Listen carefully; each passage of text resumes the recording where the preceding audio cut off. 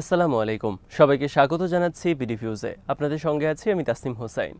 সাবেক মার্কিন president Donald ট্রাম্পকে হত্যার জন্য তার উপর গুলি চালানো হয়েছে। পেনসিলভানিয়ার এক সমাবেশে তাকে লক্ষ্য করে গুলি করা হয়। প্রেসিডেন্ট বাইডেন তার প্রতিক্রিয়ায় বলেছেন, আমেরিকাতে এই ধরনের সহিংসতার কোনো জায়গা নেই। এদিকে সোশ্যাল মিডিয়ায় দুই ধরনের প্রচারণা শুরু হয়েছে। অনেকে বলছেন এই গুলির ঘটনা ট্রাম্পের নিজের সাজানো, অন্যরা বলছেন এই ঘটনা ট্রাম্পকে নির্বাচনে জিতিয়ে দেবে। বিশ্লেষকরা আশঙ্কা করছেন এই হত্যাচেষ্টা মার্কিন বিভক্ত রাজনীতিকে আরও উত্তপ্ত এবং সহিংস করে তুলতে পারে। তারা বলছেন, সাবেক ও বর্তমান প্রেসিডেন্ট যদি উত্তেজনা প্রশমনে ইতিবাচক ভূমিকা না রাখতে পারেন, তাহলে মার্কিন রাজনীতি একটা অনিশ্চিত সহিংসতার দিকে ধাবিত হবে। বিস্তারিত থাকছে হায়দার সাইফের প্রতিবেদনে।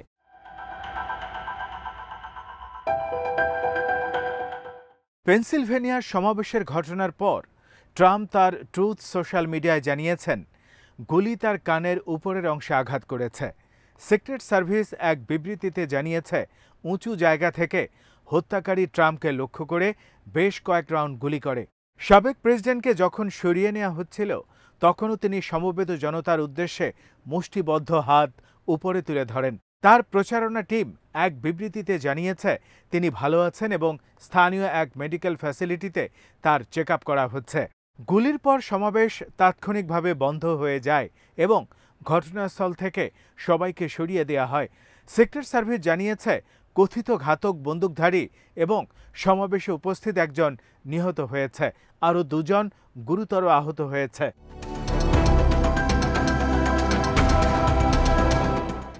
প্রেসিডেন্ট জো বাইডেন এক বিবৃতিতে জানিয়েছেন, তাকে ঘটনা সম্পর্কে ব্রিফ করা হয়েছে। বাইডেন বলেন, তিনি নিরাপদ ও স্বাভাবিক আছেন শুনে আমি কৃতজ্ঞ। আরও বিস্তারিত তথ্যের জন্য আমরা অপেক্ষা করছি। তার জন্য, তার পরিবারের জন্য এবং সমাবেশে যারা উপস্থিত ছিল তাদের সবার জন্য আমি প্রার্থনা করছি। তিনি বলেন, আমেরিকায় এই ধরনের সহিংসতার কোনো জায়গা নেই। আমাদেরকে অবশ্যই জাতি হিসাবে ঐক্যবদ্ধ হয়ে এর নিন্দা করতে হবে।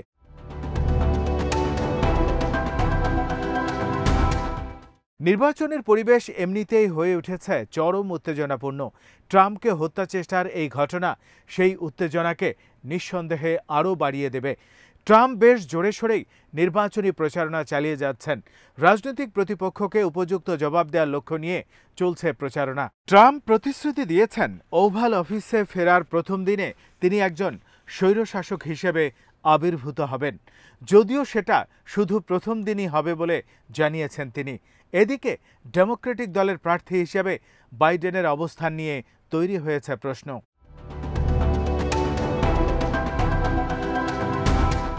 এই হামলা যদি ট্রাম্পকে হত্যার চেষ্টা হয়ে থাকে, তাহলে বলতে হবে এই ধরনের হত্যা চেষ্টা সচরাচর না ঘটলেও একেবারে নতুন নয়।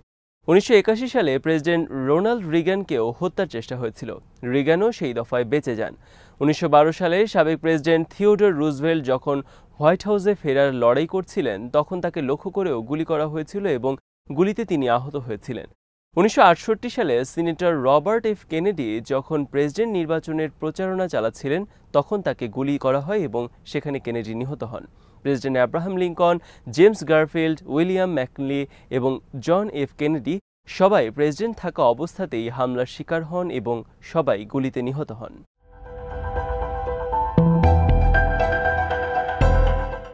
ট্রাম্পের নির্বাচনী সমাবেশে এর আগেও মাঝে মাঝে সহিংসতা দেখা গেছে, হুমকিও এসেছে বেশ কয়েকবার। যদিও এতদিন পর্যন্ত সরাসরি প্রেসিডেন্ট প্রার্থীকে লক্ষ্য করে কোনো হামলা হয়নি। ট্রাম্পের বিরুদ্ধে যারা বিক্ষোভ করছে তাদের অনেকেই হামলার শিকার হয়েছেন। ট্রাম্প নিজেও এই ধরনের বিক্ষোভকারীদের উপর হামলা চালাতে উস্কানি দিয়েছেন।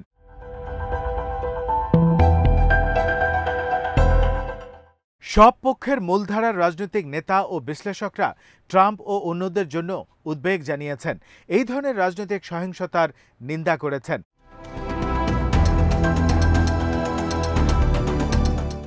অন্যদিকে সোশ্যাল মিডিয়ার অনেকেই ষড়যন্ত্র তত্ত্বের দিকে ঝুঁকে পড়েছে।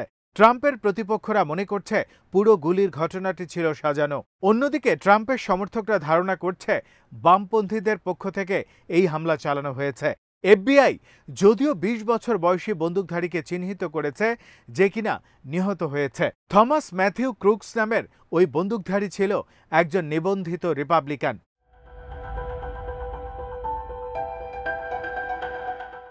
উভয় রাজনৈতিক বলয় যে সন্দেহ দানা বেঁধেছে তা যুক্তরাষ্ট্রের ভেতরে গড়ে ওঠা গভীর রাজনৈতিক বিভাজনের ইঙ্গিত দিচ্ছে। দুই নির্বাচনী প্রার্থী তাদের আগামী দিনের প্রচারণায় এই হত্যা প্রচেষ্টার ঘটনাকে যতটা সম্ভব নিজেদের পক্ষে কাজে লাগানোর চেষ্টা করবেন।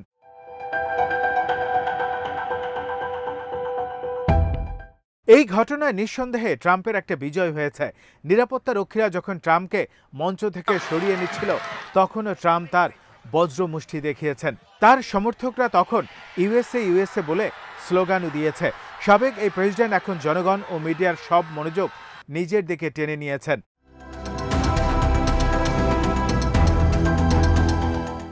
মজার ব্যাপার হলো বাইডেনের ক্যাম্পও চাচ্ছিল মনোযোগটা ট্রাম্পের দিকেই থাকুক, কারণ বাইডেনের ফিটনেসের অভাব নিয়ে এমনিতেই মিডিয়ায় অনেক জল্পনা হয়েছে এবং তার সমর্থনও এই কারণে কমে গেছে।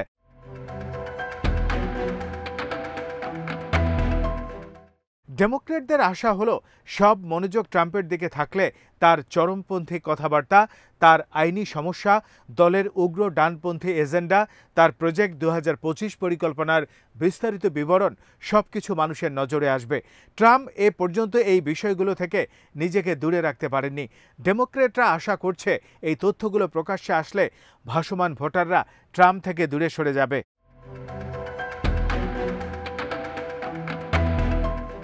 ট্রাম্প যদিও হামলার শিকার হয়েছেন, তবে তার বিরুদ্ধে সহিংসতাকে উস্কে দেওয়ার নানা অভিযোগ রয়েছে। তার সমর্থকরা 6 জানুয়ারি ক্যাপিটল হিলে হামলা করেছিল। সাবেক স্পিকার ন্যান্সি পেলোসির স্বামী মারাত্মক হামলার শিকার হয়েছিলেন। কৌতূহলের ব্যাপার হলো, ট্রাম্পের উপর হামলা নিয়ে যেই রাজনীতিবিদরা সবার আগে প্রতিক্রিয়া জানিয়েছেন তাদের মধ্যে ন্যান্সি পেলোসিও আছেন। সামাজিক মাধ্যম এক্সে তিনি লিখেছেন, যেই পরিবার রাজনৈতিক সহিংসতার শিকার হয়েছে সেই পরিবারের একজন হিসেবে আমি জানি আমাদের সমাজে কোনো ধরনের রাজনৈতিক সহিংসতার জায়গা নেই।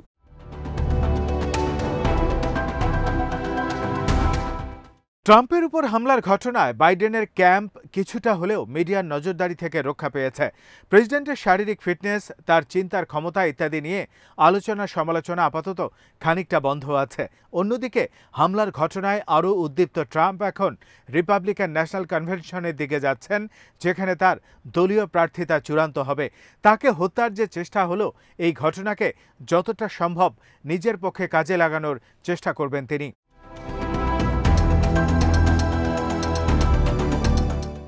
ট্রাম্পের কাছ থেকে দ্বিতীয় মেয়াদে বিজয় ছিনিয়ে নেওয়া হয়েছে, তার উপরে হামলা হয়েছে এবং তাকে বিভিন্ন ঘটনায় ফাঁসানো হয়েছে বলে যে রাজনৈতিক বয়ান রয়েছে, হত্যা চেষ্টার ঘটনা সেই বয়ানকে আরও জোরালো করবে।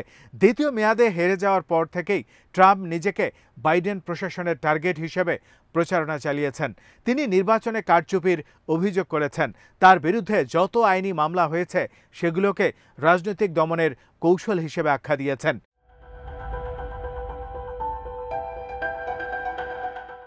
ট্রাম্প এমনও দাবি করেছেন 2022 সালে তার মা আল লাগোর বাসভবনে FBI গোপন দলিল উদ্ধারের নামে যে অভিযান চালিয়েছিল, আসলে ওই অভিযানের উদ্দেশ্য ছিল তাকে হত্যা করা।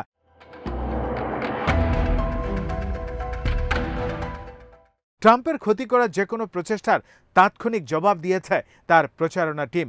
মে মাসে নিউ ইয়র্কে আদালতে ট্রাম্পের বিরুদ্ধে রায় দিলে বিচারকদের বিরুদ্ধে হামলার ডাক দিয়েছিল তার সমর্থকরা।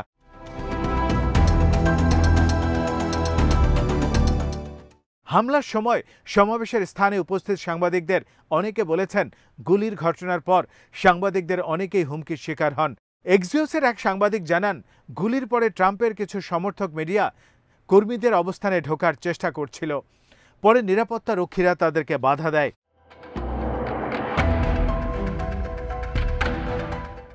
এখনো পর্যন্ত কথাবার্তায় মধ্যম পন্থা ধরে রেখেছেন ট্রাম্প। তিনি ঐক্যের ডাক দিয়েছেন এবং বলেছেন, জেতার জন্য কোনো অশুভ পন্থাকে মেনে নেওয়া হবে না। এমনিতে বিভক্তি সৃষ্টিকারী কথাবার্তা এবং ষড়যন্ত্র তত্ত্ব তার প্রচারণায় সবসময় প্রাধান্য পায়। এখন দেখার বিষয়, গুলির ঘটনার পর সমর্থকদের নিরস্ত্র হতে বলেন কিনা ট্রাম্প।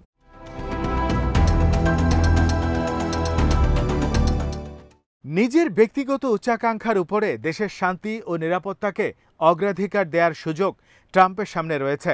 সমর্থকদের চাঙ্গা করার যে কৌশল তিনি এতদিন ব্যবহার করেছেন, এখন মৃত্যুর কাছাকাছি আসার পর তার মনোভাব হয়তো বদলাতে পারে।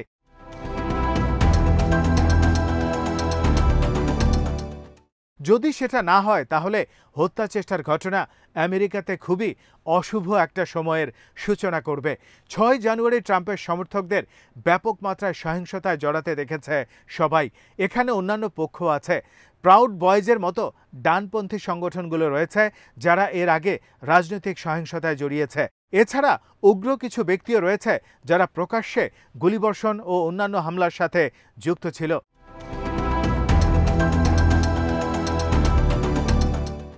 ডানপন্থীদের মধ্যে যেসব ষড়যন্ত্র তত্ত্ব ও চরমপন্থী কথাবার্তা ছড়ানো হয়েছে সেগুলো এ ধরনের সহিংসতাকে উৎসাহিত করেছে। আমেরিকাতে এখন যে সহিংস মৌলবাদের আগুন জ্বলছে, এই হত্যা চেষ্টা সেই আগুনে আবারও ঘি ঢালতে পারে।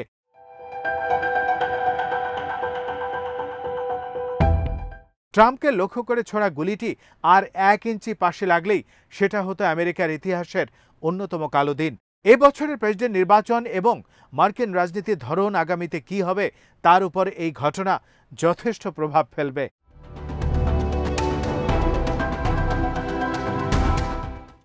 আজ এখানেই শেষ করছি। সবাই ভালো থাকুন, সুস্থ থাকুন আর দেখতে থাকুন বিডি ভিউজ।